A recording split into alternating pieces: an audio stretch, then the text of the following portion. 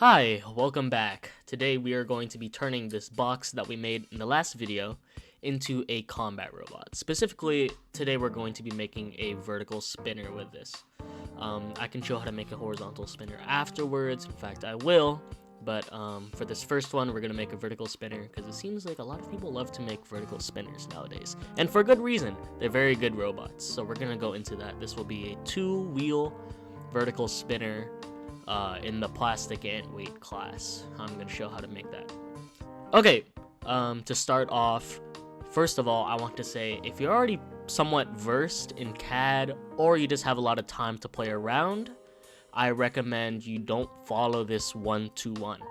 I'm going to make some choices that are somewhat subjective, which means you can do it, you could do something a little differently if you wanted to.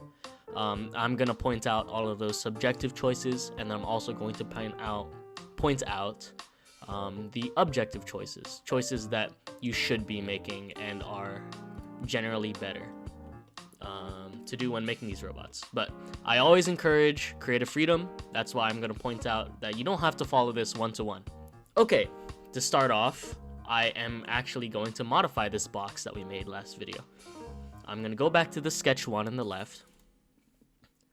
And it pulls up the sketch that we made last time. I'm going to get a top view, clicking that top of the cube on the top right corner. And then I'm going to adjust this a bit. I'm actually going to change this 5 to a 6 inches. And then I'm going to change this 5 to a 4.5. So what that is doing is making it slightly wider and slightly less long. Why am I doing this? Well, I'm going to pull up this slideshow I made for a robotics camp to show why. Longer robots have a usually poorer center of gravity. Center of gravity is where most of the mass, the weight of the robot is concentrated. It's like when you balance a pencil on your finger. The point where your pencil will balance on your finger is the center of gravity. If your center of gravity, let's make it in slideshow mode. If the center of gravity is far away from your wheels, you're going to have a harder time driving. You want the weight to be closest to your wheels as possible. That'll ensure that your wheels are pressing down on the ground and you get good traction to push other robots. This example is actually kind of exaggerated. This robot on the right wouldn't drive very great because it would do wheelies all the time, but the general point is still there. Generally speaking, you don't want longer robots, you want robots that are a bit wider so you can guarantee that the center of gravity is closest to your wheels. This is somewhat subjective. I've seen robots like F2 do really well with a longer robot. So you can do this. I'm doing this, and I encourage you to do this because it is more guaranteed that you'll have a better pushing power when you make your robot wider, but it's somewhat subjective. Okay, so now that we have a wider base for our robot, let's go add some pretty basic stuff. Let's start with holes. The holes are going to be where the motor... Actually, I changed my mind. We're not going to start with the holes. We're going to start with a little divot right here. This is where the weapon's going to go, the vertical spinner. It's not the view I wanted. Okay, right here, there needs to be a little cut in the middle of this so there can be a spot for the spinner to actually go. So we're going to open a sketch. We're going to select this plane right here, right in the front of this, and then we're going to click the front view on the top right of the view cube. Okay, now that we have our sketch open, I'm going to go to the rectangle tool. I don't want corner rectangle, I want center point rectangle because remember, it'll make things a lot easier when everything is centered. I'll click the top point here. So now that we have this rectangle pulled up, let's do a arbitrary measurement. Let's say I want this whole thing to be 1.5. I have to click. Let's drag it all the way to the bottom, and then let's type 1.5 for 1.5 inches. There we go. So that's how wide this slit's going to be. And the top doesn't really matter. This is a good sketch. So we're going to click enter. And then now we have this face here. We don't really need to worry about this top bit. We only want this bottom bit. So we can press extrude or shift E. We're going to click remove on this extrude section. So if you can see right here, it says remove. So we can actually get rid of some stuff. So we're going to click remove. Yep, and you can already see what it's doing. It's carving a hole. So we're gonna carve a hole. Let's say 1.5 inches. There we go. Now we have a spot for the vertical spinner to go. Okay. And then now that I'm looking at it, we actually want some spots for the uprights to go. You know, the little stuff that holds the weapon up. We need a spot to put them. So we're gonna actually extend these bits a little bit. And actually, because we're adding the uprights, we should make this a little wider, huh? We're gonna go back to the sketch and we're gonna change this to a 2 instead of 1.5. Okay. Now that we've done that, we can go create another sketch on this face right here. So this little divot that we made, we're gonna click the front of this face, make sure we have a front view too, so it's easier to work on. And we're gonna make 2 rectangles on either side here. This is gonna be the platforms that the uprights go on. This is actually a good place to use corner rectangle because we don't have to worry about mirroring it because it's not dead center. And then the platform should be however wide your upright's actually going to be. So usually I make mine 1/4 inch. So I'm going to click 0.25, enter. And then I'm going to do that on the other side. Click, click, 0.25, enter. Complete the sketch. That should be our 3rd sketch, unless you're going crazy and doing your own thing. And then we're going to select both of these rectangles, press Shift E for extrude, and then we're going to extrude them out all the way to, oh, no, I don't want that. All the way to this face, which should be 1.5 inches. Enter. There we go. Now we have a spot for the uprights to go. Okay, I guess now we can add the holes for the wheels. So let's go do that now. Let's go hit sketch button. And then we're going to select the right plane. Now we could also do it on this face. In fact, when I do my own CAD, I usually do it from just a face of the robot. But this is good practice to do it on the right plane itself. Don't be like me. We're going to click this right plane. Awesome. And then we're gonna we're actually gonna hide this part so I can see what I'm doing. I lied. I'm not gonna hide the part.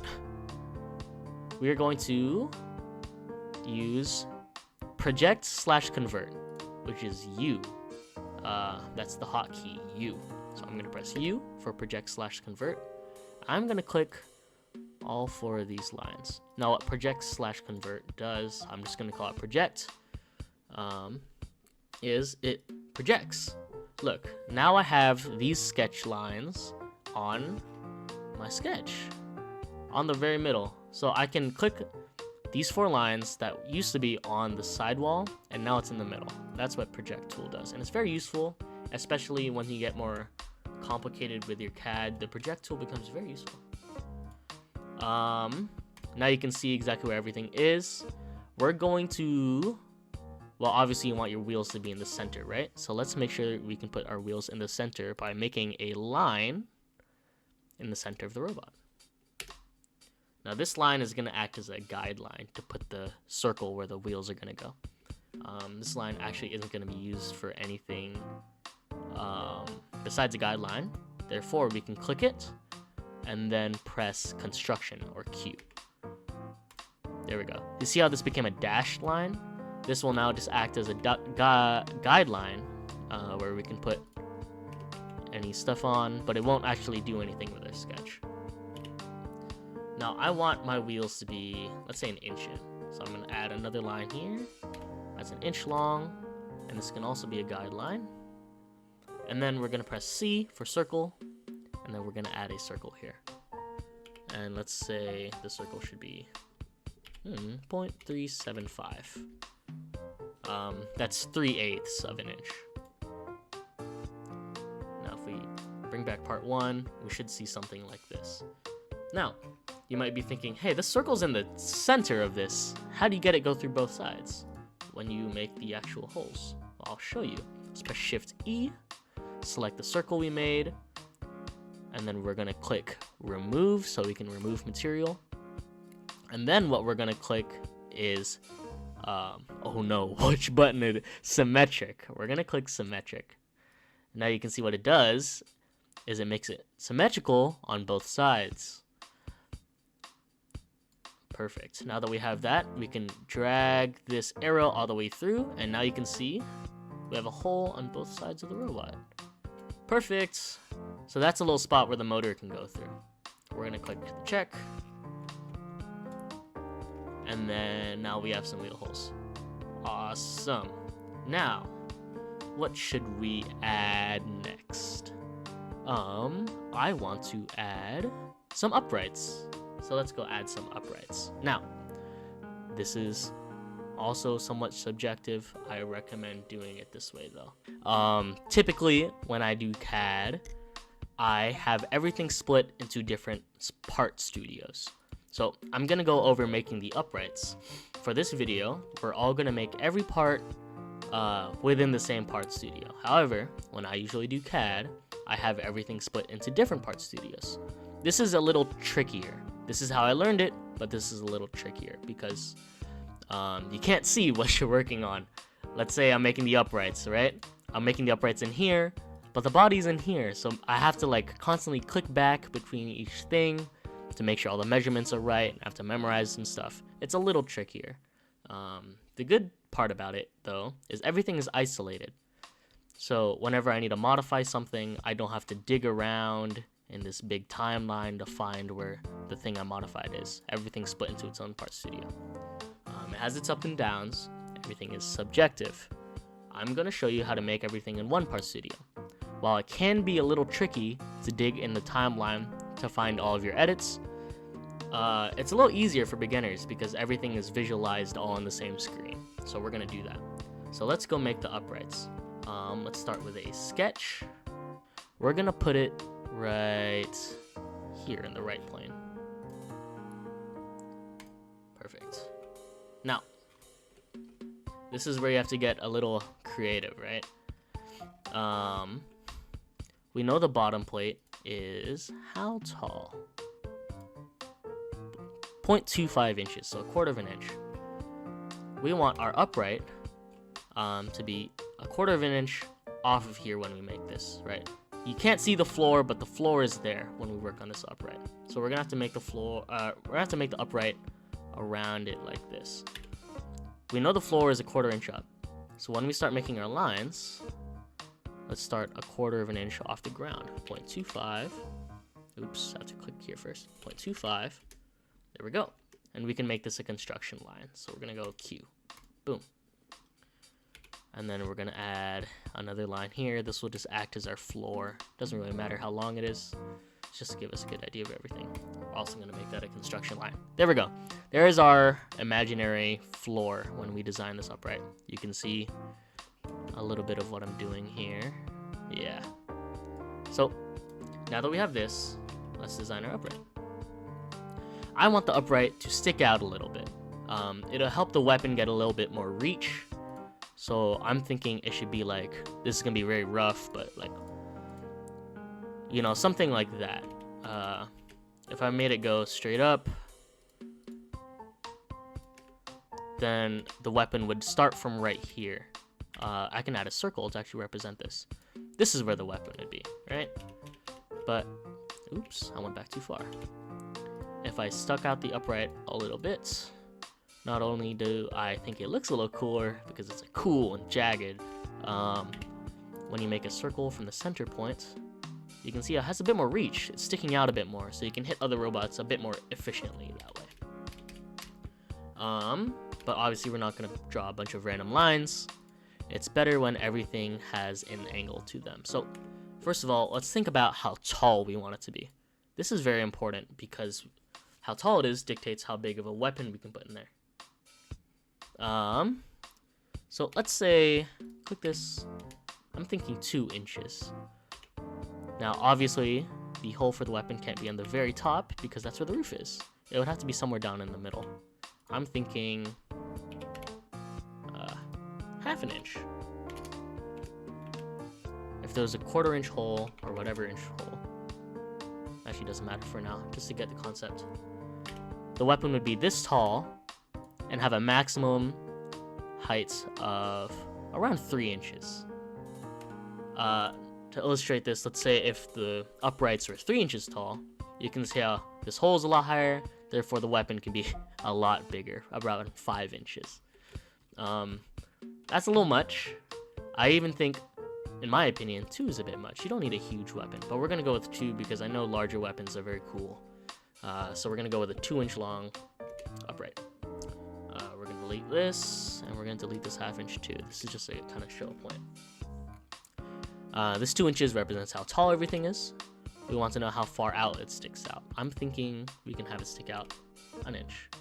By the way, these measurements are subjective. If you want your weapon to stick out a bunch, all cool like, you can do that. So now we have a rough idea of how big everything is. Like I said, I'm thinking we should have the actual weapon be probably 1/2 inch down from the top. So the weapon hole would be around here. The top of everything would be around here. Oh, that's a line. Would be around here. And then everything's gonna stick out about this much. Now, with that, with those measurements, we're gonna have a low creative freedom. This part's up to you. I'm gonna show what I'm doing, but how you want to design this upright is up to you. I'm just gonna quickly do something myself, and I'm gonna talk about what I'm doing. So I'm gonna bring this down 1 inch. That just kind of feels right. And then I'm gonna add another line right here.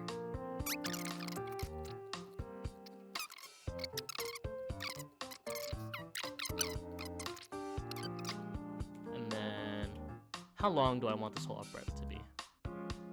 Oh, I want it to be as long as this, so I can use as much mounting space as possible. So that's 1.5 inches. 1.5. Okay, so now that I have this rough shape gotten, I'm going to go to the 3-point arc tool that is next to the circle, 3-point arc, or A, right here. I'm going to click this, click these 2 points, and the reason I'm doing this is because I want a smooth edge on my upright.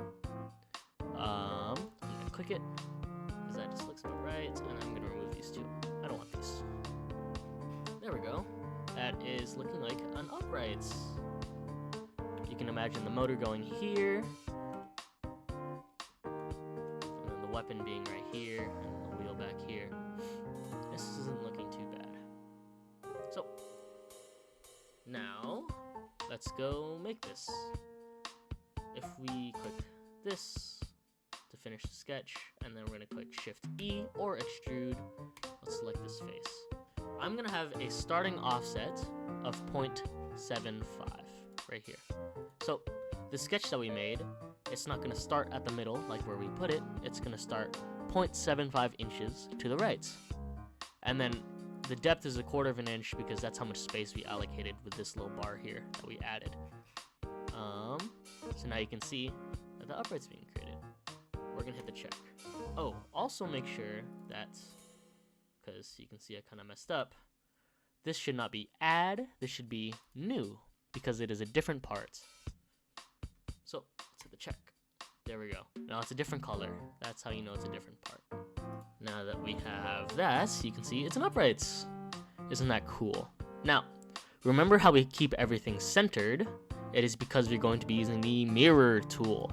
If I click mirror, and then click this upright we made, and then click mirror plane, and then click the right plane, the thing that we have everything centered along, you can see how it creates a second part. And we're gonna click new again because we want it to be a different part, and then click check. Boom! Now you can see how that would save a lot of time, and this is why we keep everything centered. Now this is starting to look more like a robot, right? This is starting to look like something a bit more familiar. Now obviously it's missing a couple stuff like motors, electronics and stuff. We're gonna get to that. Well, we're going to add the electronics now. So how do we do that? It can be a little tricky if you don't know how to use a computer. If you know how to use a computer, this shouldn't be that hard at all. But This will require going to a different website. Ooh, spooky. A lot of combat robot people upload the CAD of their electronics, but they can be found on a website called CAD. I recommend you make a CAD account. Now, if you're young or you don't have a email or something like that, maybe have your parents or something make it. And then your parents can help you actually upload this stuff, because it can be a little weird, and also CAD can be sometimes a little spooky website to explore. There's a lot of CAD here. So let's go search up some electronics to add. What do we need? Well, we need drive motors. We're going to add, let's say for this robot, some simple N20 drive motors. We're gonna search up N20. Maybe I search up N20 motor. Here, found one, second page. This looks good. N20 DC geared motor. Let's go scroll down. We can find the step file here. Let's go download this file. Go press the plus, insert new tab, and then press imports. Now that we're in imports, we can go to downloads and scroll a bit and see N20 DC gear motor. Click open. Import the standard. Yeah, imports. We should now have an N20 DC motor in your CAD. It should have popped up in the bottom. I clicked CAD imports and I got a little confused because it brought me here. I was like, oh, where'd it go?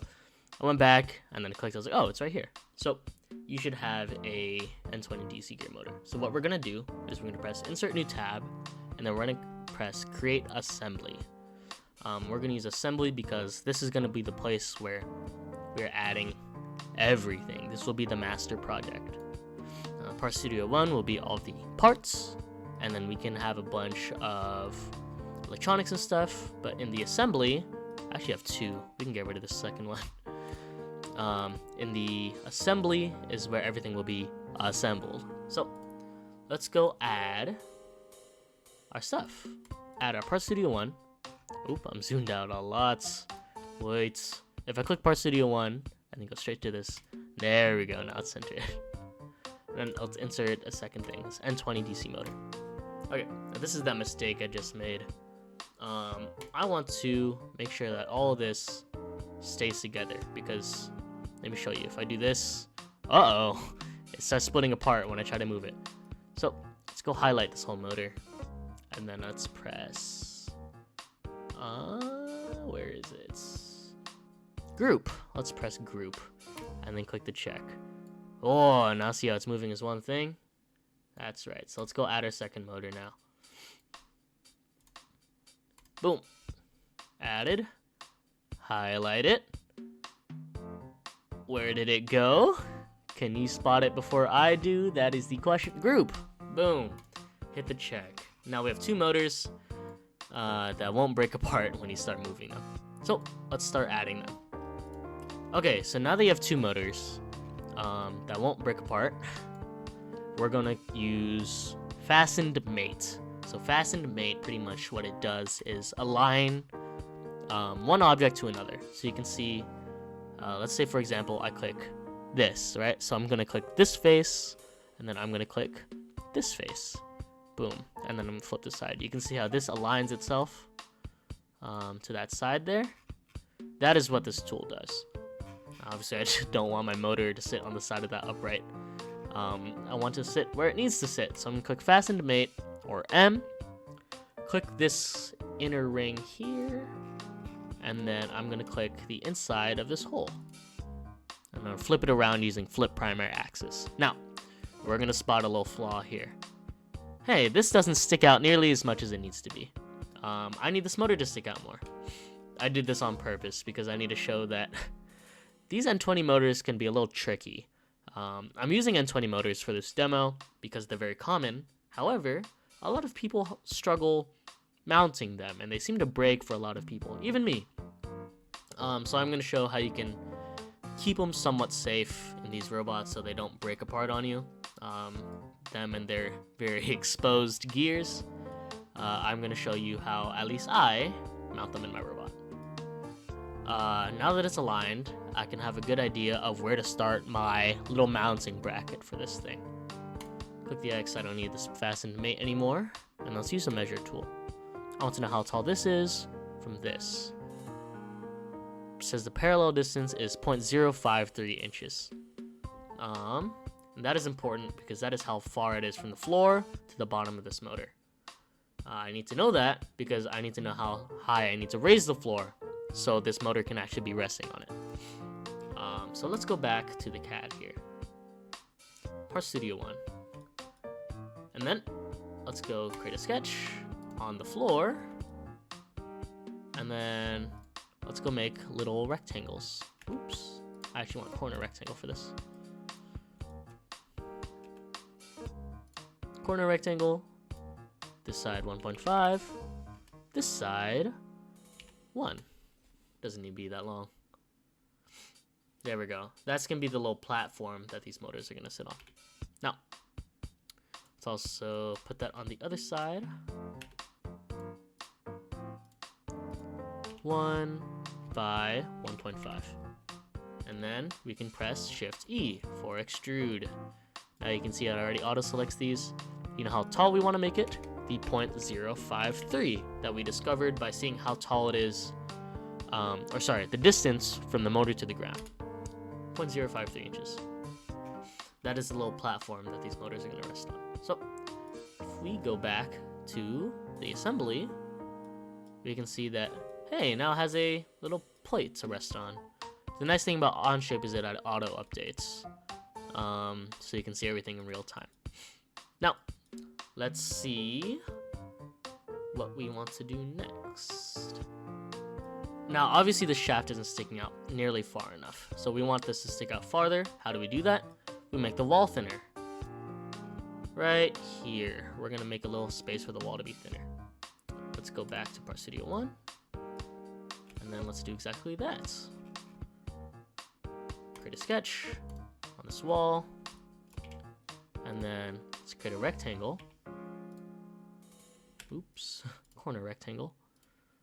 Right along here. So the 1.5 by however tall this thing is. Now we want this wall to be thinner. By how much? I'm doing it by eye. Shift E for extrude. Select this. Click remove because I want to remove stuff. And then obviously I don't want this too thin or else it's going to be brittle, right? And it's going to snap off during a fight. You don't want that. But I want it to be thin enough for the shaft will stick out a considerable amount. So let's say 0.1. 0.15. What does that show? Yeah, that's not bad. 0.15. And then let's do the same on the other side. So what we just did there, do the same thing on the other side.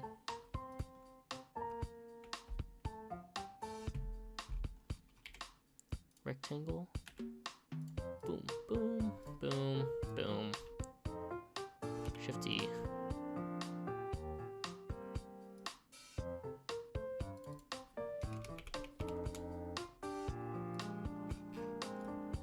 There we go. So now we have little pockets. If we go back to our assembly, hey, now you can see it can be a lot closer. So let's actually go change this fastened. Yeah, you can see it's red now because it's like, oh no, the wall moved. What do I do? We can delete it. And then we're going to add a new fastened mate. There we go. Now that seems to make a little bit more sense, right?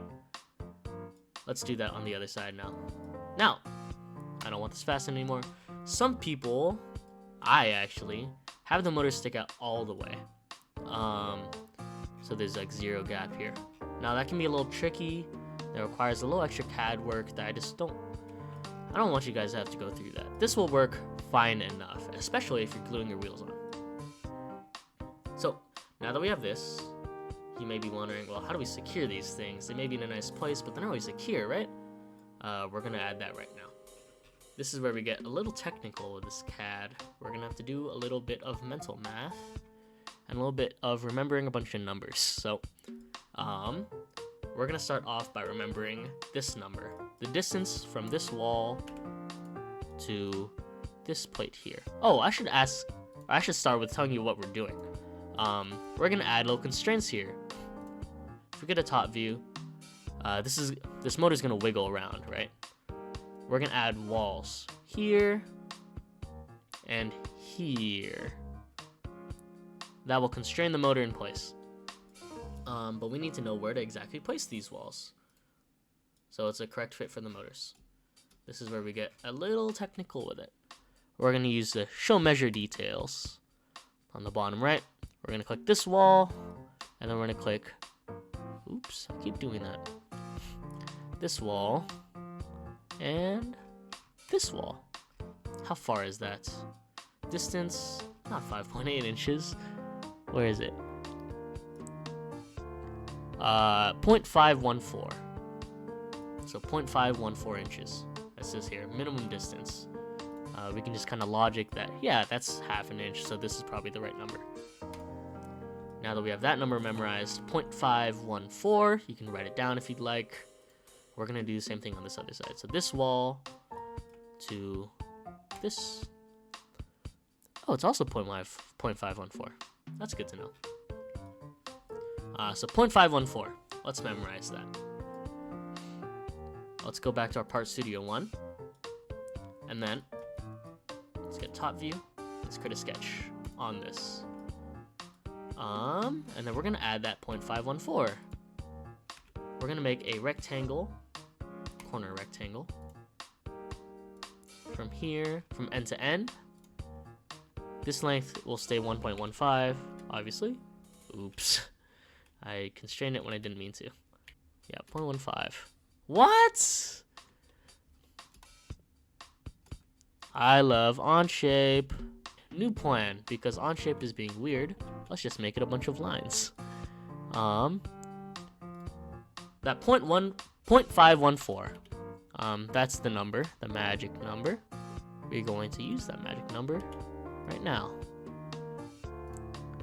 We're gonna start a line on the bottom right here, this little corner, and we're gonna make it 0.514 inches long. Right there, 0.514. Boom. And then we're gonna add lines all the way across like this, and then boom, that's a rectangle. And we're gonna do the same on the other side. Line 0.514.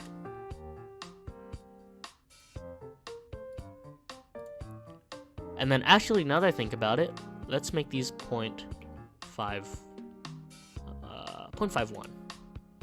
Because if you make them exactly 0.514, it's gonna be a little tight of a fit. PLA, oops, I hit my mic.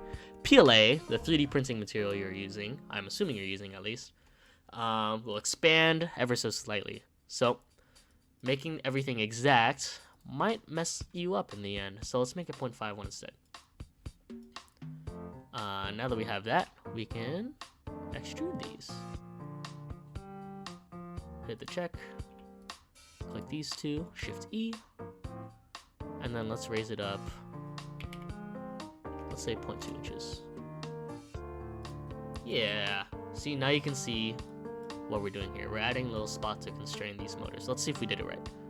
Oh yeah, that's constraining the motor all right. We can actually raise it a little higher. So let's go back here, go back to that extrude that we just did, and let's change it to 0.25. That's awesome. That's great. I think we did a good job. I'll raise it even higher, actually.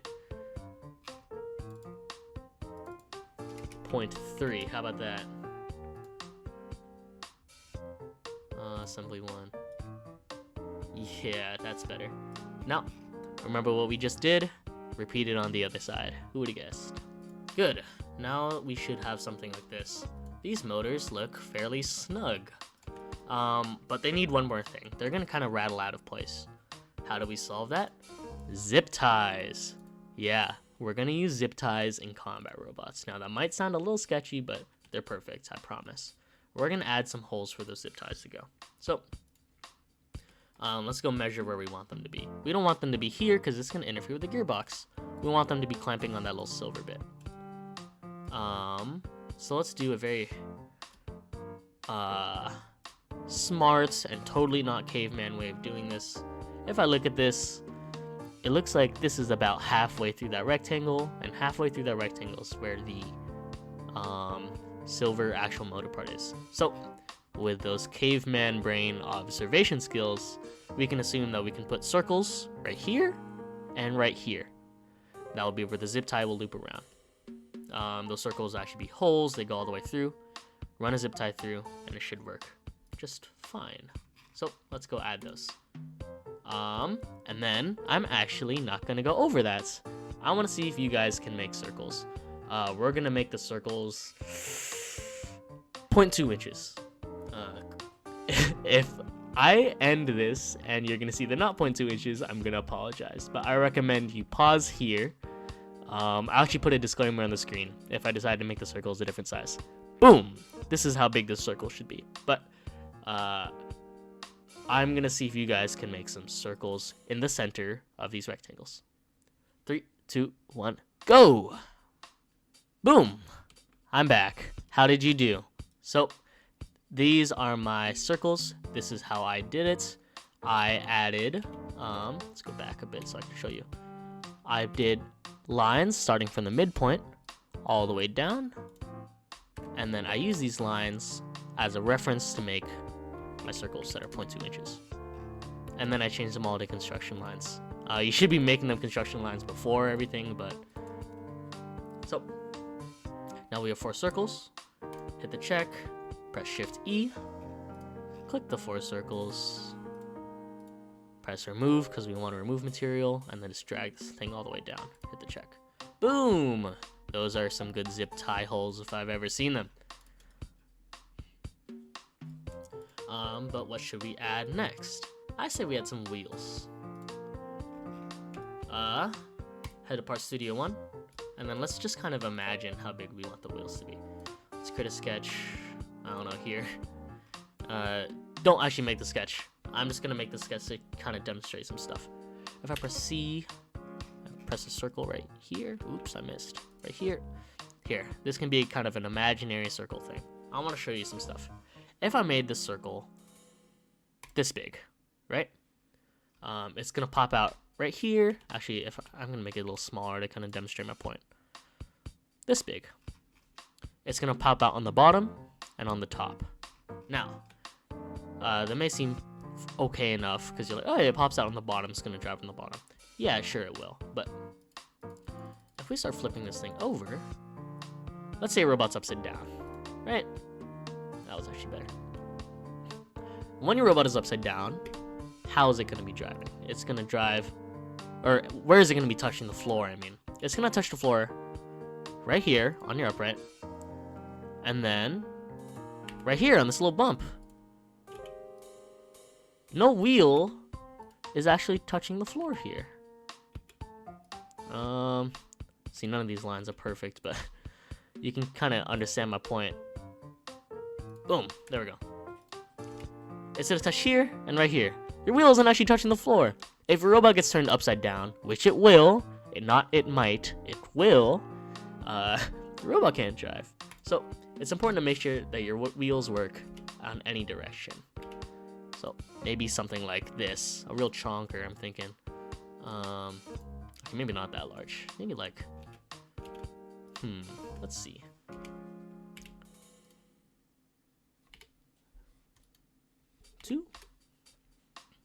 2-inch wheels. Yeah, 2-inch wheels. I'm liking that.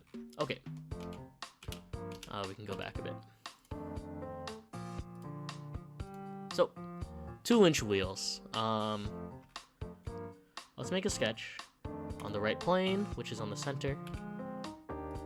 And then let's use the project tool, which is U.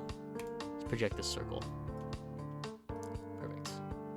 Let's go hide some stuff. We're gonna hide part 1 by pressing that little eyeball. And let's go make that wheel. Circle. It's 2 inches big. That's the wheel. So, Shift E, we can hide this again. How big do we want this wheel to be? Say an inch for now. That's fine. So let's change the starting offset to 5, 4, 3. Oops, it's 3 in the wrong direction. Opposite way.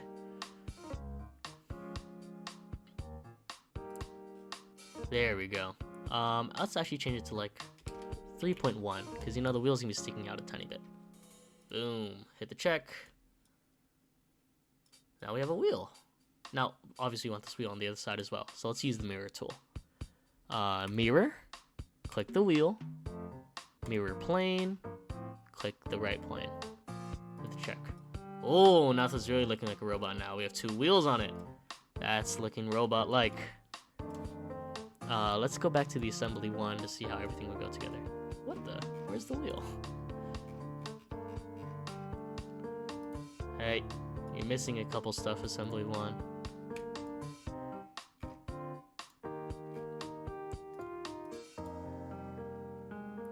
Okay, pardon me as my wheels just kind of disappeared on me. I had to literally remove everything and add it back. How I love Onshape. I'm sure there was a way to actually add this back without having to remove everything, but that's just how it goes. So, our robot's looking like this. Hey, this is looking pretty good.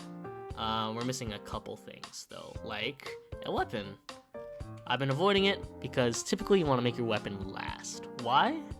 Well, your robot should drive good first, have a good weapon second. Not have a good weapon first because, you know, if your robot can drive but have no weapon, you're still competing. If your robot has a weapon but no drive, well, you can't move, and you might get counted out. You will get counted out. So, always focus on your drive first, and your weapon second. Okay, so to have a weapon, you need a weapon motor, obviously. Well, let's go back to Grab CAD, and let's add a weapon motor. We are going to be using a 2205 brushless motor. This is very common for plastic antweight robot.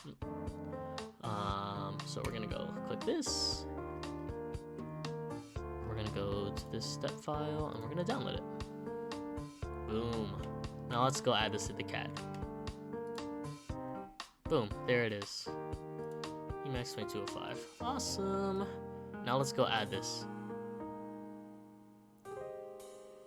Assembly 1. Insert. Current document, evacs. Boom, there it is. All its glory. Is it gonna split apart on me? No, because this guy made it one part. Awesome. Let's go to fastened mate. Click this circle, and then we're gonna click this circle right here. You can see that's like the center where everything's gonna be. But obviously you want it inside the robot. Flip it around. There we go. Now we have a weapon motor in here. Okay, now we have to make an actual weapon for this thing. How are we gonna do that? Let's go to Part Studio 1. And let's go create this weapon. So let's create a sketch in the middle. And we're gonna hide some parts. We're gonna hide part 2. And then we're going to project, which is U. This arc right here, what this is gonna do, when we project this arc, this also projects this little center dot. That's what we want, because that's where the weapon's gonna be. Okay, so we're gonna click this arc, this little circle here, with the circle tool, center point circle. We're gonna click that, and we're gonna make a circle that is 0.098 inches big. Oh, 1.098, not 0.098, 1.098. Why 1.098? Well, the, let's go, oops, over to the assembly. This ring is 1.098 inches in diameter. We want it to be a press fit, therefore we want it to be as exact as possible. So we're gonna make this 1.098 inches big. That is the hole where we're gonna press fit the weapon into. Now that we have a 1.098 inch hole, we're gonna design the weapon around it. I'm thinking a, what do we want to make? Let's make a bar. That's pretty simple, right? Center point rectangle. Click the center of this. And then you can kind of imagine this is the weapon bar that we're making. We're going to make it this way. Well, let's make it as big as we can, which is, I believe we said 2? Not 2. Definitely not 2. We can make this like 2, oh, I think 3. We're gonna make this 3 inches wide. And then this one will be 1.5. There we go. That is the start of our weapon bar. Now, just a simple rectangle isn't amazing, obviously. We're gonna hide part 1 real quick, and then we're gonna add some teeth to this. In order to do that is actually pretty simple. You make a line, starting from down here. Boom. This part is subjective, how big you want these to be. I'm thinking 1/2 inch. And then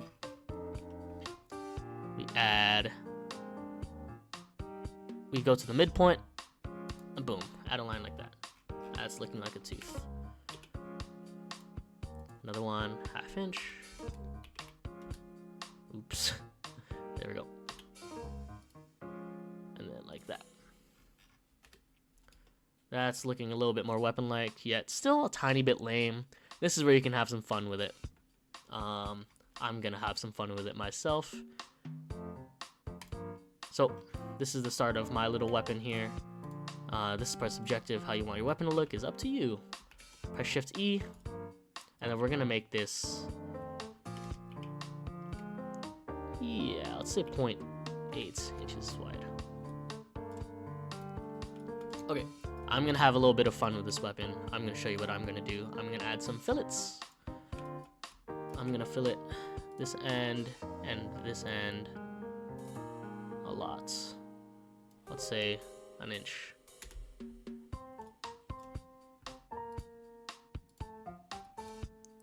And then I'm gonna add other fillets right here and right here by 3 inches. Hit the check. Now my weapon looks kind of like this. Okay, now let's go bring back everything. And then this is kind of the weapon shape we have going for us. Let's go back to this extrude, because now that we have a view of it, you can see it's kind of clipping. So we're gonna go to starting offset, and then we're gonna move this back a little bit. Let's go in the opposite direction, and then only like 0.5,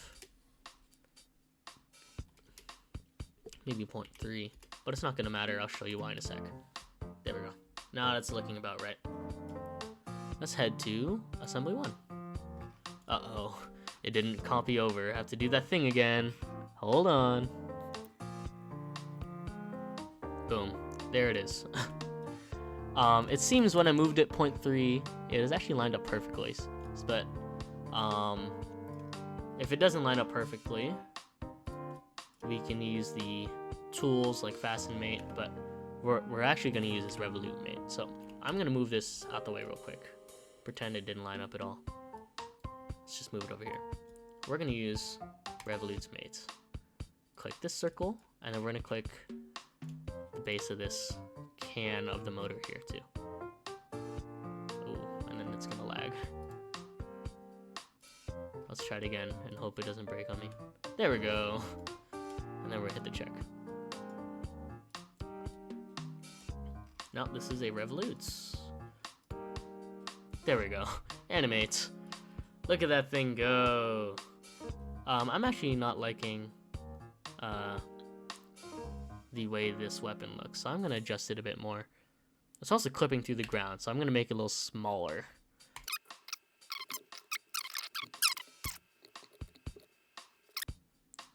Okay, I adjusted the fillet value, so it should be a bit more angled. So this is starting to look robot-like now. We're gonna add a little cap to this to make sure that this doesn't really slide out and it stays in place. How do we do that? Well, let's go hide part 6 real quick.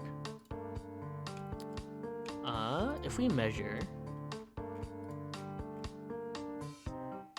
this face to this face, we can see it is minimum distance of 0.394 inches. So let's just call that 0.4 inches.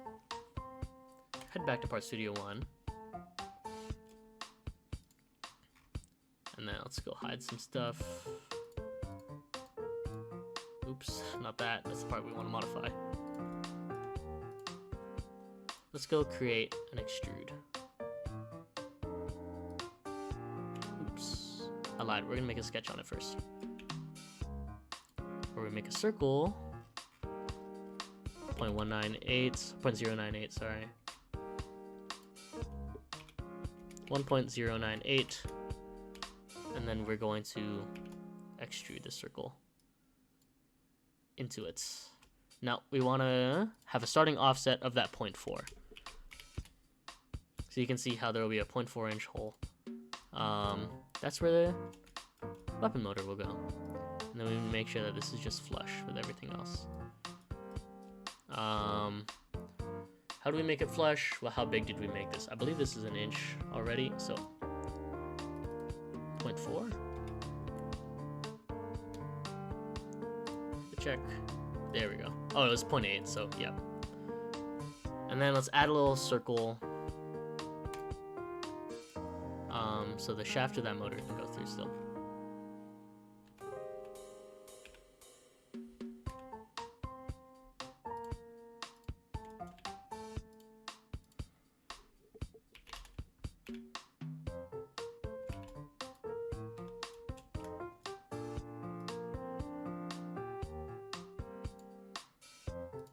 Boom, something like this. Now, let's bring everything back. And then let's head back to this assembly. Oh, we can't see it anymore. Oh yeah, that's looking a lot better. So, now we have this. Is this missing a couple things though? And we're gonna separate this into a different video. What is missing is some ground game. What ground game is your front end, whether you're running a wedge or forks, some combination of both. It can be a little tricky to decide what to use, and it's even trickier to decide or to know how to use them effectively. So I'm going to split this into a separate video. So this is part 1 of the CAD along for this vertical spinner. Jump back in to see how we're gonna design this front end.